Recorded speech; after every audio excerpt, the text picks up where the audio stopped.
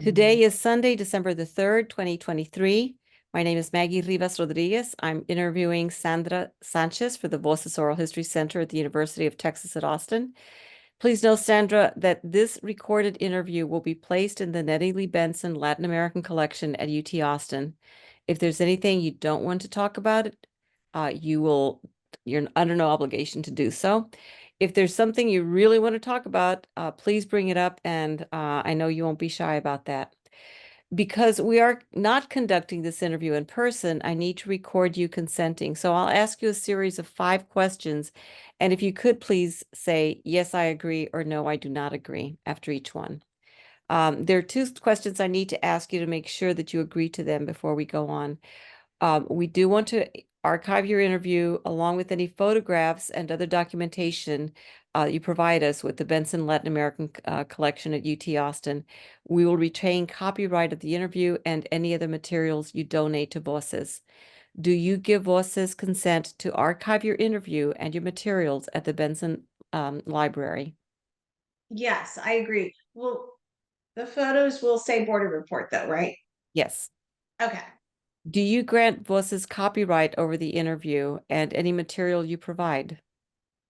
Yes. Do you agree to allow us to post this interview on the internet where it may be viewed by people around the world? Yes. Okay. So, we have all those questions in that pre-interview form. Please know that for most of the interviews that we do, that pre-interview form will print out that survey. We'll delete that part that has the personal contact information and your personal contact information. But do you wish for us to share that the rest of that pre-interview form at the Benson in your file, making it available to researchers at the Benson? The rest of the information? No, the pre-interview form that we just went through. So what we do is we'll print it out. We'll delete the contact information, but that part that says where you went to school, where your parents were born and that stuff. Do you want that put into your file, or do you prefer that it not be included in your file? Hmm. I think it help researchers in the future or It will. I mean, I've used that stuff before. I mean, I actually use that material all the time. So I'm able to say that your mother was born in Bolivia and she right. went as far as, Okay, so I agree. okay. On occasion, we get requests from journalists like yourself who want to contact some of our interview subjects. We only deal with legitimate news outlets.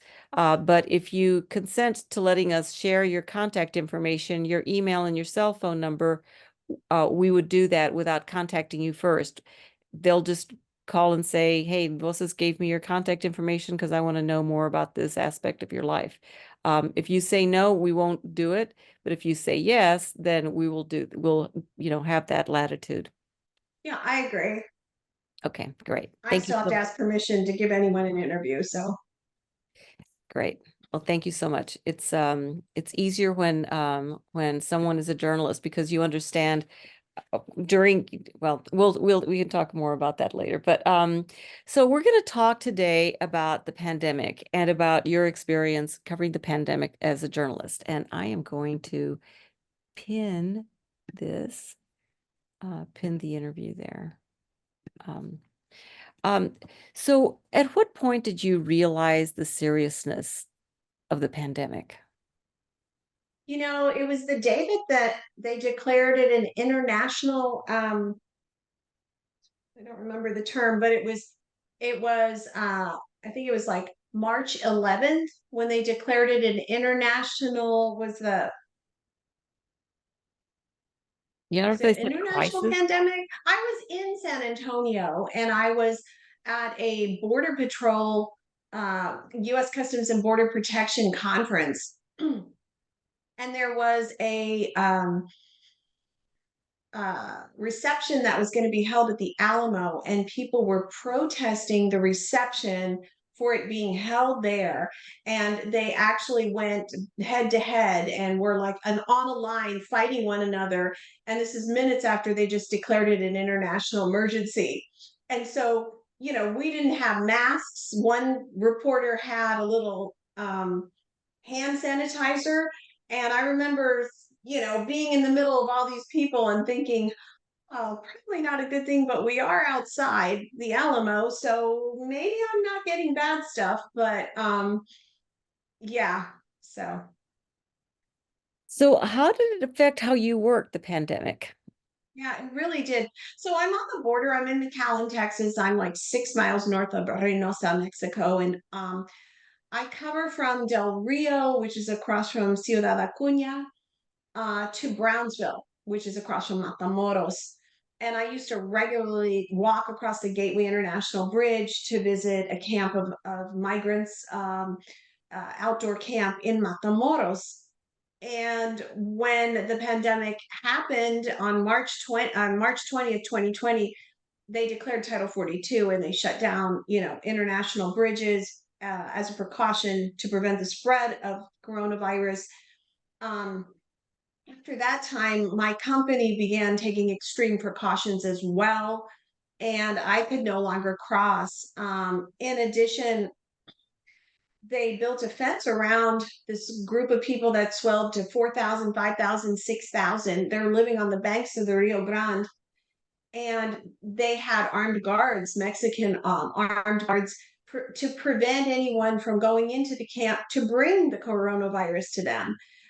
So suddenly, you have 6,000 people that you used to go in and out of and talking to all the time, as well as all the foreign aid workers, the NGOs, the nonprofits, the church workers, you know, and suddenly you can't get past the guards and you have to ask Sister Norma or someone, could you ask someone to come outside and talk to me?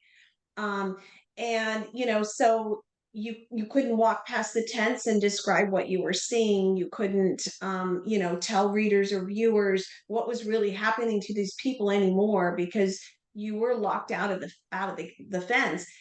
You kept being told that they did not get the coronavirus like what was happening in the United States. And Sister Norma Pimentel, who's executive director of Catholic Charities in the Rio Grande Valley, multiple times said to me it was just her guests, non-medical guests, that these people had migrated and been through so much as far as their travels for so many weeks and months. They just had this incredible immune system. So, they had respirators and tents on the ready. They had, all this protocol set up ready for 6,000 people to get it. And maybe a dozen people got it. That's what I was told. I couldn't get inside. So, suddenly I'm not seeing things firsthand anymore. Um, and then my company really locked down on me going to Mexico. A lot of that had to do with the pandemic. And I still cannot cross to Mexico. And now it's even worse, because last March there were 4 Americans from South Carolina who were kidnapped and 2 were killed in Matamoros. And, it's questionable what they were doing there and everything. But I almost had my company convinced to let me cross again. And that happened. And they said, absolutely not. So, um, yeah. So that's where we are. So I'll go to Eagle Pass, Del Rio, Laredo, Brownsville, Hidalgo, and I'll see the International Bridge, but I can't cross, and that makes it really, really hard. Oh my gosh, I had no idea. Um, so were you working in an office at that time? Did you have an office that you'd go to? I did have an office in McAllen, and when I wasn't on the road, I would go to that office, and honestly, nobody else was really in that office. It was kind of like a bureau. I was the only one there, and then I was always on the road. So after the pandemic started, I just started working from home if I wasn't on the road, and so I've kind of been here ever since. I do now have an office at a bureau that we have opened. CBS4 used to have, and we acquired CBS4, and so it's a bureau in the city of Pharr. It's Pharr. Um, but honestly, it's easier for me to just go from here, and I have my camera and my setup and everything. I do have to keep my unit at far, so I go to the parking lot and get my car. But I'm hardly ever there. Wow. So do you, when it happened, what kind of instructions were y'all getting right after it was declared a crisis, a pandemic? What kind of Yeah. instructions did your company give you? You know, it was very crazy. I mean, it was try to be as safe as possible, use your better judgment. But I was sent to right in front of City Hall the day that it was declared. Title 42 was declared. I'm on the phone with the mayor of McAllen. It's March 2020. I have a cameraman with me, and I'm applying makeup right before I go live on air. And I realize I'm using my finger. And suddenly I freak out that, oh my goodness, I'm standing here on the street putting on makeup, and it's a pandemic, and I have, and I'm live on the air. And so, you suddenly realize, okay, that wasn't safe. And, um, it was very hard. I interviewed Congressman Vicente Gonzalez, and he was across a board table from me. And then his office reaches out to me and says he's come down with coronavirus. And so, I had to call, and my HR people, they were wonderful. They sent me a 7 foot long mic, boom mic.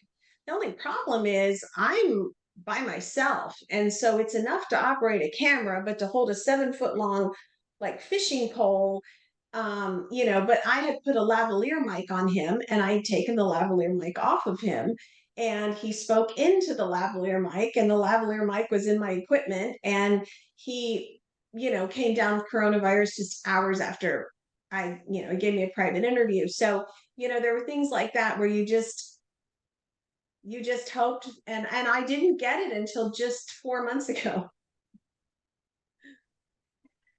So did they send you the boom mic right at the beginning of this thing? After the interview with Vicente Gonzalez, and they were like, "Well, what do you have?" And I was like, "I don't have anything." And Austin, KXAN in Austin, who's kind of our mothership. I have my digital producer is out of KXAN, and my executive producer is out of KTSM in El Paso. So I have bosses that are not here. They sent me the equipment, and they were very, very responsive. And it's always, do what you feel comfortable doing. Did they give you masks and that sort of thing? N95 Nobody masks? gave me masks. So I bought my own K, 94s. And I can still tell you to this day, I'm still the only one who's masked in these press conferences. And especially when Republicans come down and do these border tours, and rather than holding a press conference in front of the border wall or somewhere outside, which would be safer, they always cram into a really small room. And they've even called me out and been like, you don't need that mask anymore. But we're elbow to elbow. And so I still mask. I don't know how much it helps if nobody else is. Hopefully, at least it keeps you safe. So you were still doing you were still going out in the field Oh, yeah. throughout the Yeah. And pandemic. actually, I could cross the border, even though Title 42, and I did cross the border. The previous general manager, he's since retired, but I did made a deal with him. And I said, sir, if I come to you with a situation and I know I'm going to be completely safe, will you let me cross? So, he let me walk across with Sister Norma. He let me walk across with Congressman Joaquin Castro. Castro then came back. Jill Biden came down December 2020, and she passed out tamales. And so was that before the pandemic? Now I'm wondering if Jill Biden was before the pandemic or not, in Matamoros. But I know that there was a group of like 17 congressmen and senators that came down at the behest of Congressman Filemon Vela, Congressman Castro. And so they were like, yes, we know Secret Service was here. You're going to be safe. And so could still cross. We got we acquired a new company, a new station, and we got a new general manager. And it's been in the past 2 years that they've said absolutely not under any circumstances can. So, Okay. so I was still crossing during the pandemic. So, how did you balance your family life and your work during the pandemic? Was it Um, different? oh yeah. I mean, I don't really have a good balance. Like, you have to always be texting sources looking forward. Like it's Sunday night and I need to figure out what story I'm going to pitch in the morning that has to be to them before 9 a.m. And I need to have a hook and I need to have a visual. And so, you can't just start the day on Monday. Um,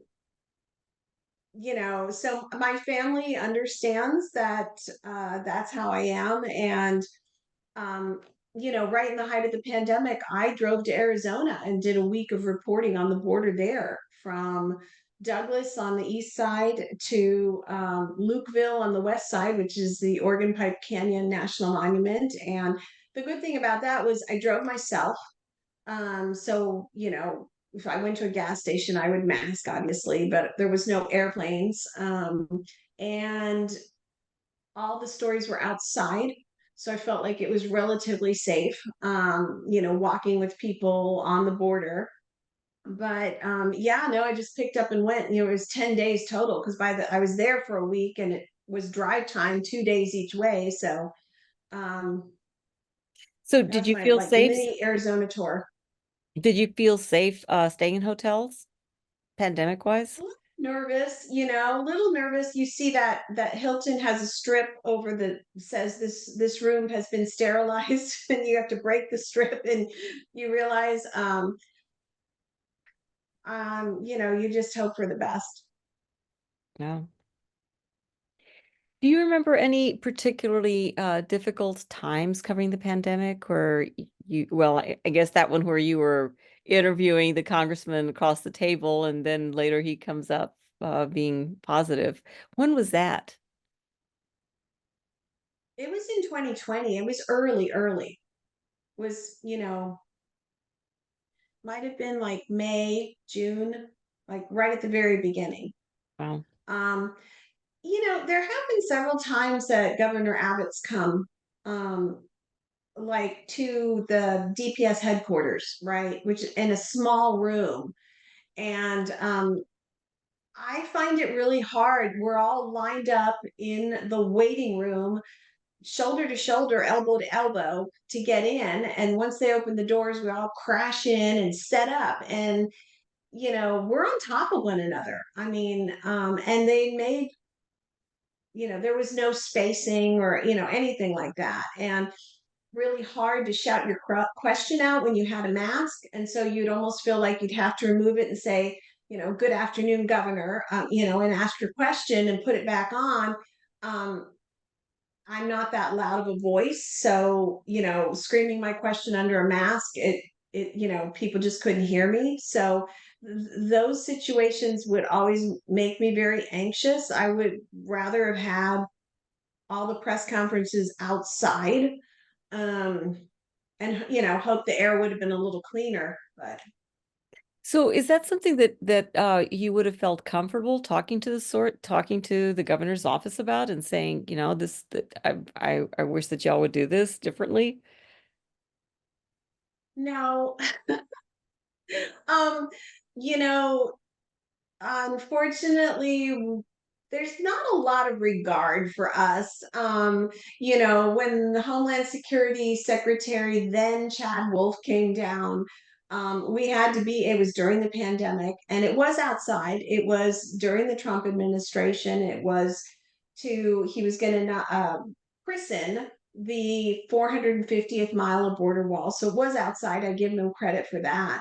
but had to be in position 2 hours prior. There were no restrooms, and then he came and it was late, and so it was like a 3 4 hour thing, and you're just standing on a levee outside in the cold, and that's kind of how it is here when you're a reporter, and you often don't get told that it's happening till the day before, maybe the evening before. I wish that they would, you know, give us a little bit more consideration. It's 6 hours to Eagle Pass, and sometimes I find out about things and I just can't make it. But I no, it's never occurred to me to because you're afraid you won't get invited the next time.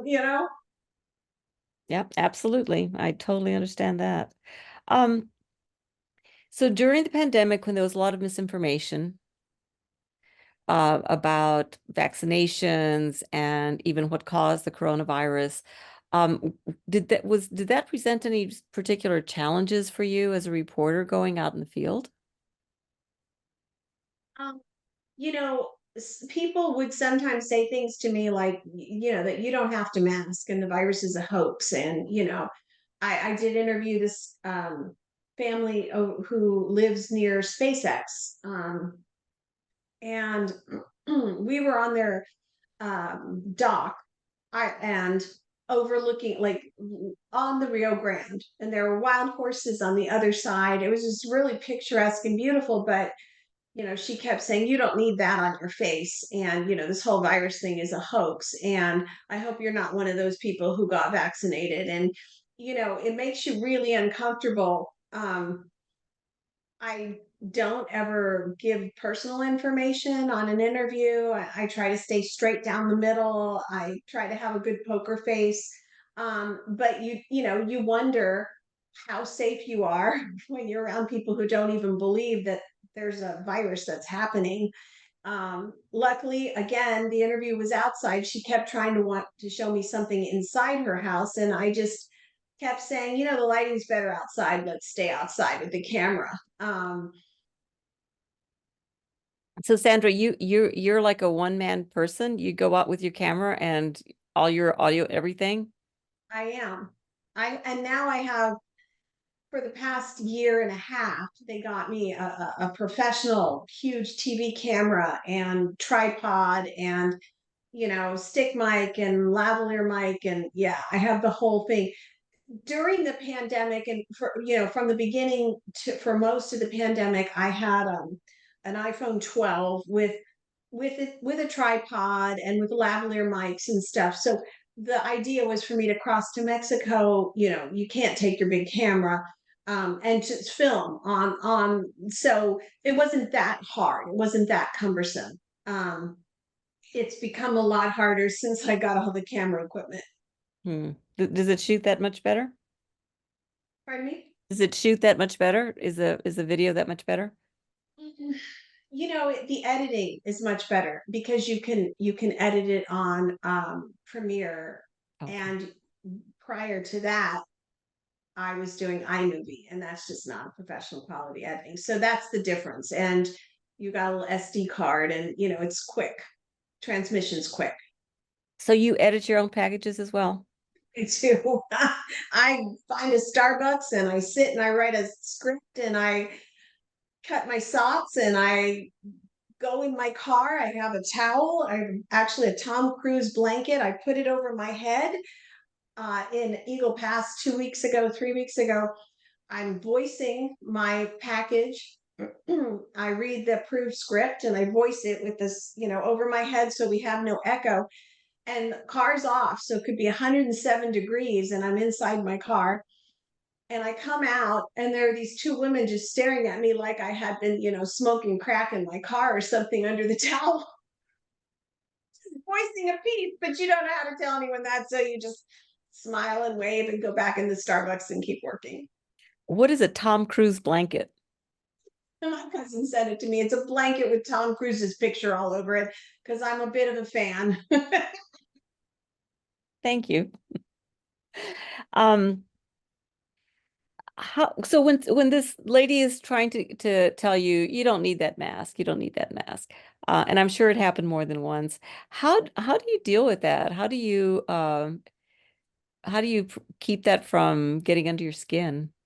Yeah, you can't just deflect. You know, well, I my you know, oftentimes I'll blame it on the company and just say, well, my company wants me to just be as safe as possible for whatever could be out there.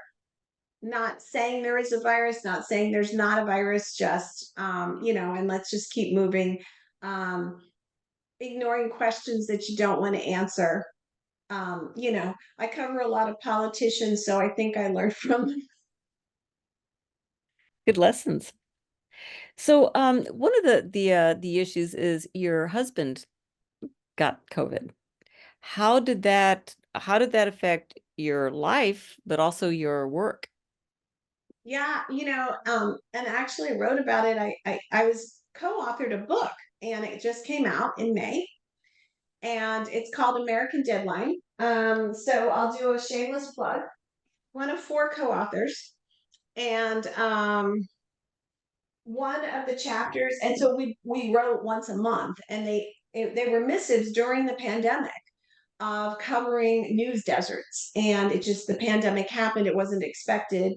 And so we all kind of switched gears and I wrote an entire chapter on my husband was hospitalized for 12 days and at one point, you know, I lost him because he had been tucked into one hospital and then he was moved.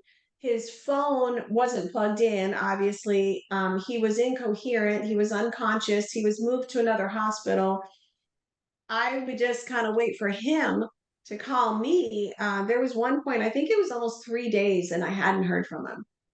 And he recounts that he was tucked into the pediatric ward um, at the second hospital, and there was a clock on the wall that had monkey tail and there was no windows in the room, so he didn't know if it was night or day, and he couldn't really read the clock, but he could see the tail that went back and forth. So he was in a pediatric ward isolation by himself, and like I said, they tucked him in there. um, and when he finally called me, I was like, you know, it's been like 3 days, and but he was just so in and out of it, he didn't even remember that phone call. So I did take a little time off. I worked the phones, I worked my sources from learning from actually spoke to people who worked the Matamoros camp as nurse practitioners and doctors. Um, and they were telling me, you know, he needs to be prone, how he needs to expand his lung capacity. If you talk to him, make sure he rolls on his stomach, you know. So, you know, talking to the county judge who my husband works for, offered to send him to San Antonio. There was a bed space available and so wanted him to go. And they went in and asked him, do you want to go to San Antonio? And he's incoherent. And he's like, no. And they're like, okay. And it's like, well, they should have asked him. They should have just sent him, you know. But yeah, I mean, I called people for information. I worked it like a story. So, how did he get sick? I mean, not how, but how did you You find know out that what's he was sick? funny? We were at a press conference, and he was running the press conference um, in Hidalgo County at the county judge's chambers, and all the leading health experts from the region were there. And the health authority for Hidalgo County came in late, whispered it to him, and then went and sat down. And he was like 20 minutes late, 15 minutes late, something like that. During that press conference, he was notified that he had tested positive for COVID. So during the press conference, the health authority for the county excused himself. But when he came in, he whispered to my husband, and 3 days later, my husband was infected. So I was at that press conference, but that the Hidalgo County press conference run by my husband had a space 6 feet apart. They had X's on the ground saying, you can stand here, you can stand there, you can stand there. And when people ran in late and tried to push up, they were like, no, you can only stand on an X. You're way in the back, you know. So I felt very safe and I did not get it. So Sandra, Godless got it from the health person. The health authority for Hidalgo County. Yeah. It's just kind of funny. Yeah. Who also helped him when he was sick. He's the one who got him in a hospital when the hospitals weren't taking anyone. He tucked him away with the monkey clock. So kind of describe like that. So he 3 days later, what happens? Um, he woke me up. It was on his birthday, July 1st. He turned 60. He woke me up shortly after midnight and said, I have a fever, get out. And I was like, what? And so I just remember grabbing my pillow and leaving the room and going to sleep on the couch. And then I stayed in the family room for the next 3 months. We even had a hurricane after he came out of the hospital. 3 days after, we had a hurricane. And we were trying to, put bungee cords to keep the fence together. And I mean, and he was trying to help. And it was like, of course, I was sleeping in front of these giant glass windows in front of the hurricane. He was sequestered in the bedroom, which had a bathroom, and I was sharing my father's bathroom, and I had access to the kitchen. We have a walkout from the master bedroom. So I kept the garage stocked with drinks and Clorox wipes. So if he went in that refrigerator, he wiped it down. I had paper utensils, forks. He threw everything away in the trash can. I had trash bags. I had a whole protocol system. And so he was for like a month sequestered because he kept testing positive, and at that point nobody knew when he was not contagious, right? So but he worked from home with a fever for like 10 days before he went into the hospital. And then he went in the hospital for 12 days. So by the end of the month, when the hurricane hit, he was out. So when he was so did he was he the one who determined that he needed to get to the hospital, or were you the one who told him? We were having dinner and we hadn't seen him in like I said, 12 days or 10 days. And he came into the main part of the house and said, I need to go to the hospital. And he's standing over us talking and breathing. And I was like, oh my God. And my son grabbed a handkerchief and put it on and said, I'll take you to the hospital, Dad. And he drove him, put like two things on his face and just drove him. When I picked him up, we put a visor to separate the front seat from the back, and I used my son's old car, which got destroyed in the hurricane, so we called it the COVID car, because basically picked him up from the hospital and then was flooded away in the hurricane. And so if it was full of coronavirus, it was never used again. But yeah, you didn't really know what to do, right? Um, how did that affect your approach to covering any stories having to do with the pandemic? I think I'm more cautious and safer because of it. I think maybe the reason I'm still masking is because I saw my husband hospitalized for 12 days and really been told by so many people, medical people, that we thought he was going to die, and realizing the transmission, how fast it happened. Um, and then when I got sick in July, I was really, really sick. And realized that I woke up unconscious on the bathroom floor, and I have no idea how long I was unconscious because I was in isolation. And, it's a bad virus and I don't ever want to get it again. And so, you know, I had thought about, we had just taken a trip to Costa Rica, and my daughter and I were the only two people masked on the plane returning. And then I came back 3 days later, I was sick.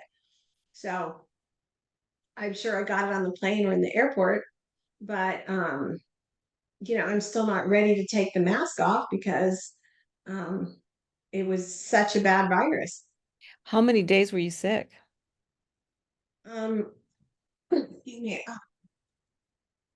So I came down with it on my mom's birthday on July 11th, and I was out for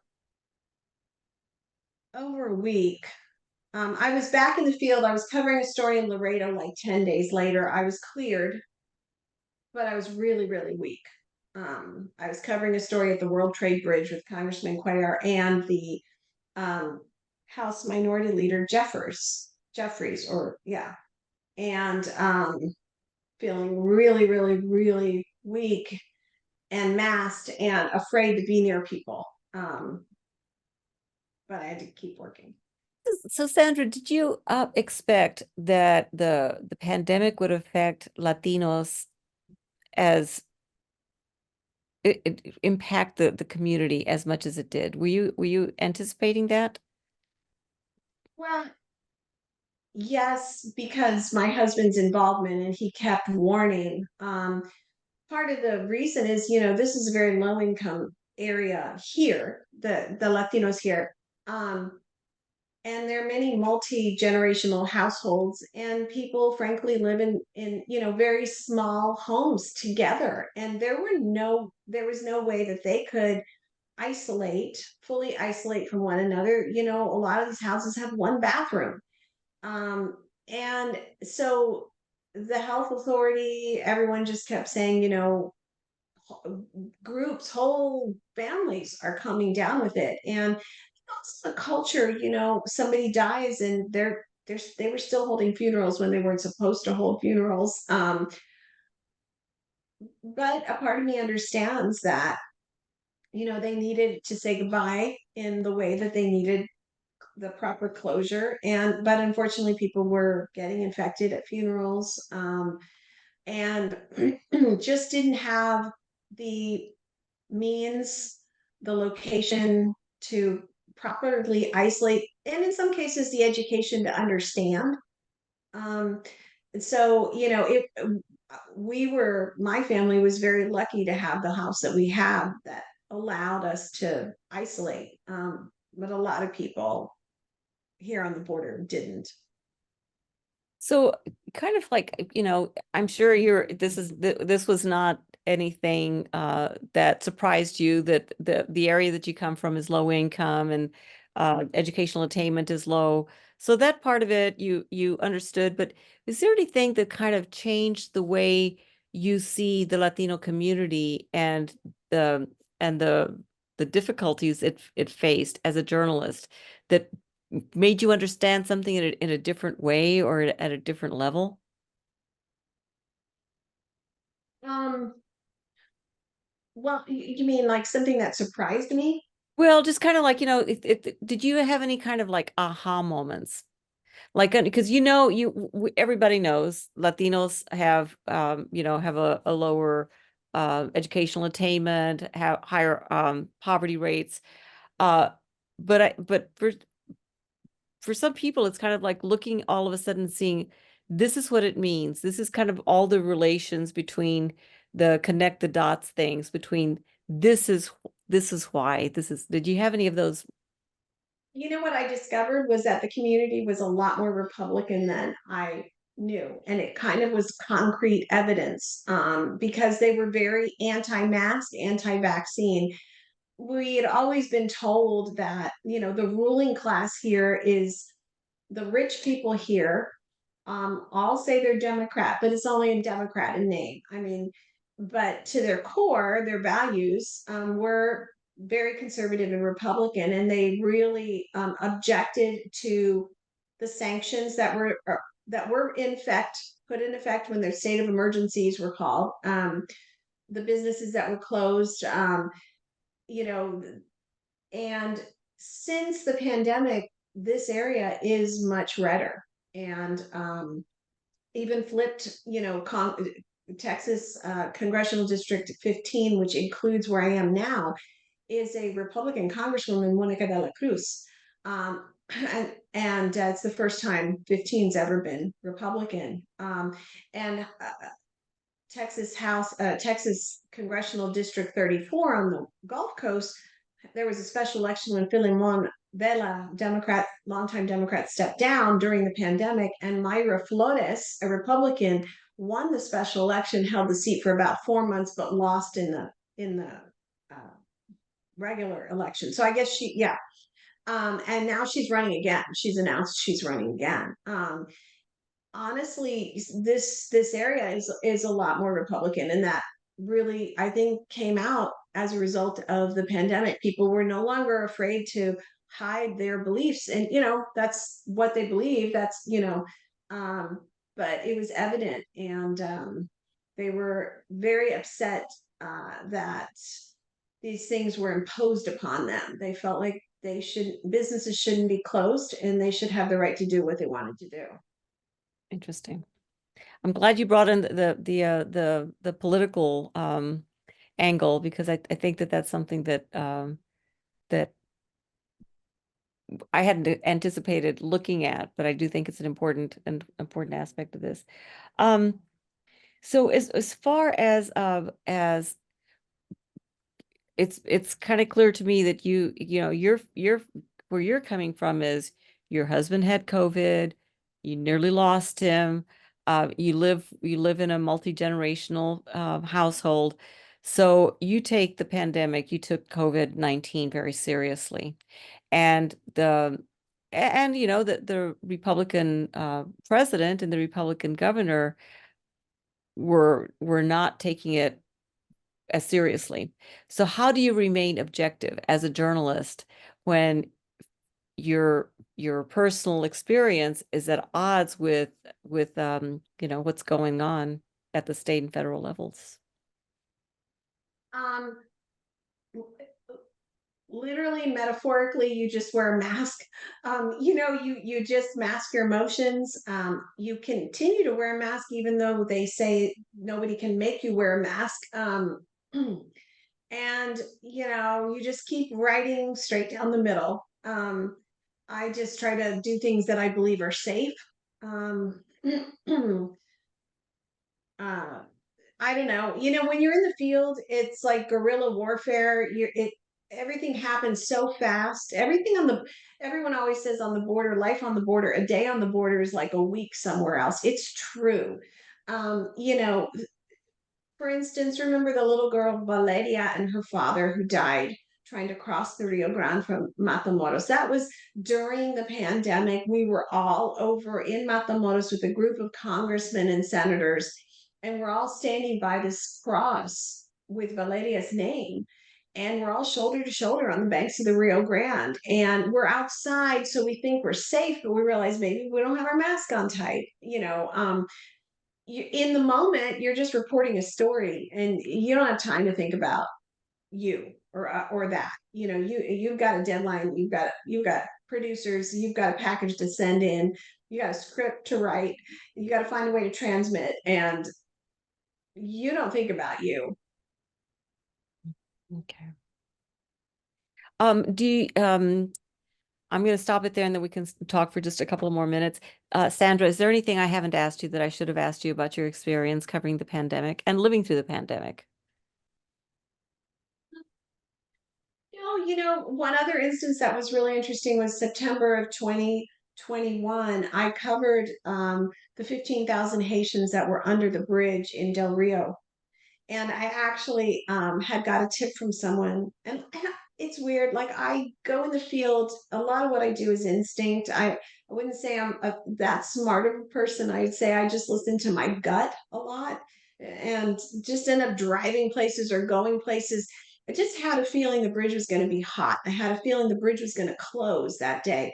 That's the day that the people were on horses. The Border Patrol was on horses. I got video that I went on the bridge, and I was on the bridge for 3 hours. And I actually crossed to Mexico, where they told me it wasn't safe for me because I was alone, and that other journalists had been thrown glass bottles at and chased in the street and beaten up. And the guy was really nice. And he was like, and this wasn't necessarily pandemic related, but he said, if I open that door and I let you out, I'm afraid you're not going to make it. So I'm going to let you go back the way you came, which I'm not supposed to do, but just go back over the bridge and go back to the United States.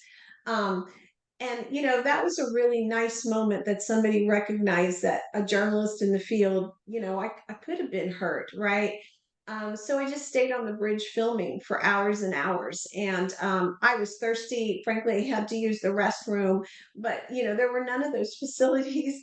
And I was getting great footage. And the people below were screaming at me, angry at me, um, because they wanted money from me. They didn't want me filming them. They felt like I was exploiting them. You feel like a bad person, but at the same time, you're at this spot in the world that the rest of the world is watching. There's 15,000 people under this bridge. And you have a duty to bring the story back. I was outside. I felt safe as far as breathing it, but it was one of those experiences, one of those pandemic experiences. And I got off the bridge, and like half an hour later, they shut it down. And the bridge was closed for a long time then. And, then that became the story. But I was one of the last journalists on the bridge, and there was only a few of us on the bridge filming. Um, so I don't know. That was just kind of something interesting of note that happened also during the pandemic. We had to still cover all these people who were coming. And it was terrible. They were living in squalor and filth and nothing, and babies nursing below you, and then they're mad at you. You're violating their privacy. So I guess you're covering it's not just the pandemic. If the pandemic is this kind of an overlay of, and there's all these other stories going on throughout the Yeah, entire. stories continue. Yeah, the migrants keep coming. I mean, their stories, every one of them has a tale, from jumping on La Bestia, riding it north, to being raped and kidnapped. And my headliners award was following a woman. Ultimately, I met in Matamoros in a in the tent encampment, and I had visited her so much, and then I went to near Houston where she relocated to, and I visited her like 3, 4, 5 times more. And it was kind of documenting her life in America. And this is all during the pandemic. And the last time I saw her, she made the decision to not show up for her hearing with her immigration hearing, and she basically told me, "This will be the last time I'll meet with you," because she was gonna go, underground. She wasn't gonna show up for her hearing because she knew her husband would be deported. She might have been allowed to stay. She's since had another child, so she has a child who's American. She has a child who's born in Guatemala. Um, but they were kidnapped, and the stories, the stuff she went through, was horrendous. Um, and yeah, but so there were, yeah, stories continue. Oh. Well, Sandra, thank you so much for agreeing to be interviewed. I greatly appreciate it. Thank you, Maggie. I appreciate it. I hope I helped.